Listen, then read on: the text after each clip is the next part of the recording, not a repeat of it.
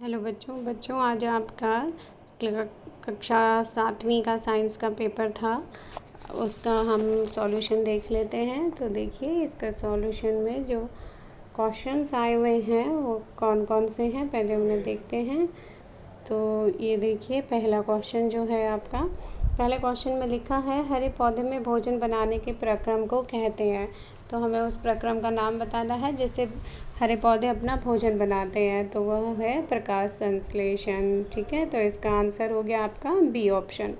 ठीक है, इसके बाद दूसरा क्वेश्चन है बच्चों, सभी जीवों में ऊर्जा का चरम स्रोत क्या है। तो आपने बच्चों जो चरम स्रोत है, जो बिल्कुल अल्टीमेट सोर्स है, मतलब कि हमें जिससे ऊर्जा मिलती है वह बताना है। तो वह है सूर्य।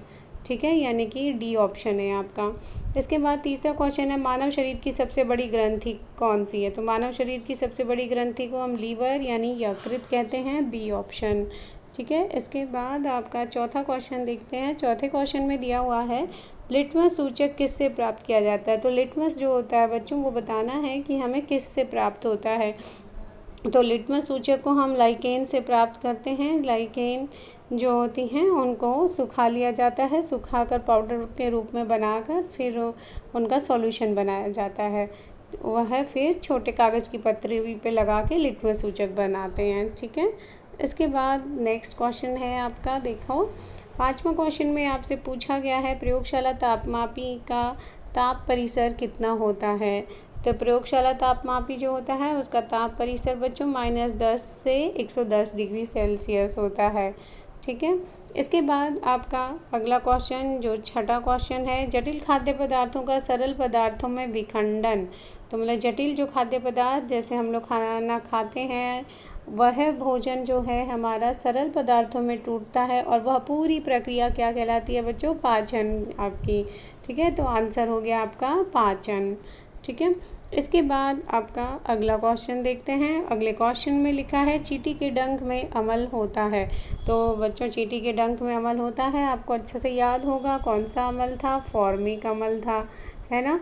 तो फॉर्मिक अमल होता है, तो इसलिए यह क्या हो गया आपका सत्य। इसके बाद आठवां क्वेश्चन है एक कीटभक्षी पादप का उदाहरण लिखें। तो कीटभक्षी जो पादप होते हैं उन क्या क्या काम होता है, जो मतलब कीटों को अपना आहार बना लेते हैं, है ना। तो इसमें आपका हो गया घटपर्णी, वीनस फ्लाई ट्रैप, आप कोई भी एक लिख सकते हैं। ठीक है, इसके बाद आपका अगला क्वेश्चन देखते हैं। अगला क्वेश्चन जो 9वां क्वेश्चन है आपका, तो 9वें क्वेश्चन में लिखा है उदासीनीकरण प्रक्रम का उदाहरण सहित समझाइए। तो यहाँ पर बच्चा जो 9वां और जो 10वें क्वेश्चन है ये आपके 2-2 मार्क्स के क्वेश्चन है। इससे पहले तक के जितने भी क्वेश्चन थे वो आपके 1-1 मार्क्स के थे। तो यहाँ उदासीनीकरण जो प्रक्रम है उसको उदाहरण भी देना है आपने, केवल उसकी परिभाषा नहीं लिखेंगे। तो पहले उदासीनीकरण प्रक्रम क्या होता है, जब एक अम्ल और एक क्षारक की अभिक्रिया होती है उसे हम उदासीनीकरण प्रक्रम कहते हैं। मतलब जब अम्ल और क्षारक आपस में अभिक्रिया करते हैं वही उदासीनीकरण प्रक्रिया होती है। ठीक है, इसमें बनता क्या है, लवण और साथ में जल बनता है। ठीक है, तो इसका ये उदाहरण भी देखो साथ में लिखा हुआ है। उदाहरण जो लिखा है वह है कि एक अम्ल लेना है हमने और एक हमने क्षारक लेना है। तो देखिए अम्ल के रूप में यहाँ हाइड्रोक्लोरिक अम्ल HCl लिया गया है और NaOH जो है सोडियम हाइड्रोक्साइड वह क्षारक लिया गया है। इन दोनों की जब अभिक्रिया हुई तो NaCl सोडियम क्लोराइड जो है वह एक लवण बना और साथ में जल बना। ठीक है, तो ये हमारी अभिक्रिया कौन सी हो गई बच्चों, उदासीनीकरण की। ठीक है, इसके बाद अगला क्वेश्चन जो आपका दिया हुआ है कि आपने अमीबा में पाचन प्रक्रिया का चित्र सहित वर्णन करना है। तो अमीबा में पाचन प्रक्रिया किस तरह से होती है उसका वर्णन करेंगे। तो देखिए ये अमीबा का चित्र बनाना है पहले आपने। ये इस तरह से आप कैसे भी बना सकते हैं क्योंकि इसकी आकृति जो होती है वो एक रेगुलर आकृति नहीं होती है। आप इसको कहीं से भी ये इसके पादाप बना सकते हैं। ठीक है, जब इसे भोजन की आवश्यकता होती है या ये भोजन का कण देखता है, जैसे यहाँ लिखा है खाद्य कणिका, तो इसने खाद्य कणिका देखी तो ये जो इसकी शरीर की आकृति है तो ये इनको आगे को इस तरह से बढ़ा लेता है। ठीक है, तो ये जो हैं इसके ये पादाप होते हैं, इनके बीच में इसको ले लेगा भोजन के कण को और फिर ये अंदर इसके शरीर के अंदर आ जाएंगे। अंदर आने के बाद वह उसको पाचन करेगा, पाचन करके और जो अपचा बचा हुआ है खाद्य कणिका उसको बाहर निकाल देता है। ठीक है, तो इस तरह से जो हमारा मतलब कि अमीबा का जो पाचन है वह प्रक्रिया होती है। ठीक है, तो इसमें देखिए ये चित्र में आपने ये पादाब ज़रूर बनाने हैं बच्चों। ये इस तरह से पादाब हैं, ये खाद्य कणिका को कैप्चर करेंगे। उसके बाद आप ये इसका पाचन होएगा ये इस तरह से, ये देखिए, और जो अपचा है वह बाहर आ गया, यानी बहिक्षेपित अपशिष्ट उसे कहा जाएगा, वह बाहर आ जाता है। ठीक है, और बीच में यहाँ पर ये एक केंद्रक होता है इसके। ठीक, ये अमीबा का इस तरह से आपने चित्र बनाना है। अब अगला क्वेश्चन देखते हैं। अगला क्वेश्चन जो आपका 11वां क्वेश्चन दिया हुआ है, 11वें क्वेश्चन में लिखा है कि ऊष्मा चालक और ऊष्मारोधी का उदाहरण सहित वर्णन करें। तो ऊष्मा चालक और ऊष्मारोधी की पहले बच्चों आपने परिभाषा लिखनी है कि ये होते क्या हैं। तो ऊष्मा चालक क्या होते हैं? ऐसे पदार्थ जो ऊष्मा को अपने अंदर से प्रवाहित कर सकते हैं। मतलब उनके अगर जैसे हमने ये लोहे की रॉड का एक्सपेरिमेंट करा था क्लास में बच्चों, आपको याद भी होगा। तो यहाँ लोहे की रॉड में यहाँ जब आपने मोम लगा दिया था तो और मोमबत्ती से उसे गर्म कर रहे थे तो क्या होता है कि ये मोम इसका पिघलने लगता है, यहाँ तक का सारा पिघल के गिरता जाता है। तो क्यों? क्योंकि यहाँ से ऊष्मा का प्रवाह हो रहा है। ऊष्मा हमने मोमबत्ती की ज्वाला केवल हमने इस सिरे पे करी है और उसके कारण जो ऊष्मा है वह पूरे इसके अंदर से प्रवाहित होती जा रही है, तभी तो बाकी जगह पे भी लगा हुआ मोम नीचे गिरता जाता है। तो इस तरह से ऊष्मा का प्रवाहित मतलब ऊष्मा को अपने अंदर से जो प्रवाहित होने देते हैं ऐसे पदार्थों को हम ऊष्मा चालक कहते हैं। उदाहरण के लिए लोहा, तांबा।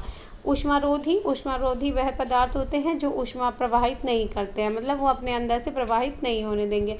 उनका एक सिरा जलाएंगे तो वही सिरा जलेगा, दूसरे तक अग्नि नहीं पहुंचेगी। ठीक है, तो इस तरह को हम कहते हैं ऊष्मारोधी पदार्थ, और इसका उदाहरण हो गया लकड़ी और पानी। ठीक है, इसके बाद हम अगला क्वेश्चन देखते हैं। अगला क्वेश्चन जो है 12वां क्वेश्चन बच्चों आपका 5 मार्क्स का क्वेश्चन होता है। ठीक है, तो इस क्वेश्चन को आपने बहुत ध्यान से लिखना है, 5 मार्क्स बहुत ज़्यादा हो जाते हैं। ठीक है, तो क्वेश्चन में बिल्कुल ध्यान से पढ़कर हर पार्ट को लिखना है, कुछ छोड़ना नहीं होता है। तो सपोषी, परपोषी और सहजीवी संबंध का वर्णन करें। देखिए यहाँ 3 शब्द पूछे गए हैं, सपोषी, परपोषी और सहजीवी संबंध। तो तीनों को आपने एक्सप्लेन करना है। तो पहला देखिए सपोषी, ऐसे पादप जो अपना भोजन स्वयं संश्लेषित करते हैं। ठीक है, जो अपना भोजन स्वयं बना लेते हैं उन्हें सपोषी कहते हैं, जैसे हरे पौधे या हरे पादप भी आप लिख सकते हैं। ठीक है, इसके बाद परपोषी, देखो बच्चों जो सपोषी पादप होते हैं मतलब हरे पौधे हैं, उनको छोड़ के सभी जीव जो हैं वो परपोषी ही कहलाते हैं। ठीक है, तो आप इसमें बाकी सभी पादप जो हैं उनका नाम दे सकते हैं। तो यहाँ परिभाषा में हो गया, ऐसे पादप जो अपना भोजन स्वयं संश्लेषित नहीं कर सकते। ये पादप अपने भोजन के लिए दूसरे पादपों पर या जीवों पर निर्भर रहते हैं, तो उनको हम क्या कहते हैं? परपोषी। तो परपोषी जो हैं उनका उदाहरण में आपने जैसे यहाँ लिख सकते हैं अमरबेल, कीटभक्षी पादप, ये सभी क्या हैं? परपोषी हैं। ठीक है, जो अपने भोजन के लिए दूसरे जीवों पर यानी कि सपोषी जीवों पर निर्भर हैं।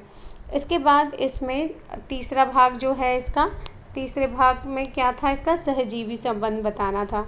तो सहजीवी संबंध किसे कहते हैं? ऐसे पादप जो एक दूसरे के साथ रहते हैं, मतलब वो 2 पादप कम से कम इकट्ठे रह रहे होते हैं तो उनको हम सहजीवी संबंध बनाते हैं कहते हैं। अपना ऐसे पादप जो होते हैं अपना आवास और पोषक तत्व एक दूसरे के साथ बांटते हैं, मतलब उनका आवास मतलब उनकी रहने का स्थान, जिस स्थान पर वह रहते हैं रहने का स्थान उसको बांटेंगे, और साथ में वह अपना जो पोषक तत्व होते हैं उनको बांटते हैं। ठीक है, तो ऐसे संबंध को हम कहते हैं सहजीवी संबंध। और इसका उदाहरण देखिए आप लिखा हुआ है लाइकेन। लाइकेन में आपको याद होगा बच्चों कि एक कवक और शैवाल जो हैं वो आपस में साथ रहते हैं और सहजीवी संबंध वो दर्शाते हैं, जिसमें शैवाल जो होती है वह भोजन संश्लेषित करती है, वह भोजन बनाती है, और वो जो पोषक तत्व होते हैं कवक उसका प्रयोग करती है, और कवक उसको पोषक तत्व जो मिट्टी में से लिए होते हैं उसने वह प्रकाश संश्लेषण की प्रक्रिया के लिए जो जरूरी होते हैं वो उसे प्रदान करती है। तो इस तरह से ये कवक और शैवाल दोनों साथ रहकर सहजीवी संबंध रखते हैं। ठीक है, तो उम्मीद है बच्चों आपका पेपर अच्छा हुआ होगा और सभी बच्चे अच्छे से पेपर करे होंगे। ठीक है, तो आप सब से रिक्वेस्ट है, चैनल को सब्सक्राइब कर दें। सब्सक्राइब करने के साथ ज़्यादा से ज़्यादा शेयर करें। धन्यवाद बच्चों।